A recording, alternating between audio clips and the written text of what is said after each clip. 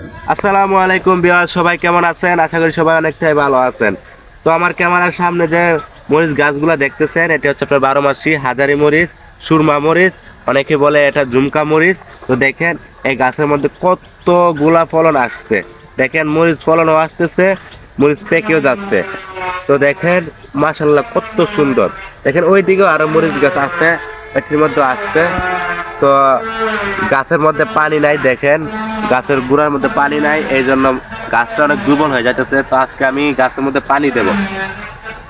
তো ভিডিও করার উদ্দেশ্য হচ্ছে আমার যে যারা এই ধরনের মরিচ গাছ নিতে চান আমার কাছ থেকে, হাজারি মরিচ, সুরমা মরিচ, ঝুমকো মরিচ, কারবাঙ্গা মরিচ, আরো অনেক ধরনের মরিচ গাছ আছে আমার কাছে অসংখ্য পরিমাণ। যারা নিতে চান আমার সাথে যোগাযোগ করবেন, ইনশাল্লাহ আমার নার্সারিতে আছে অনেক ধরনের মরিচ গাছ, অনেক ধরনের গাছ আছে।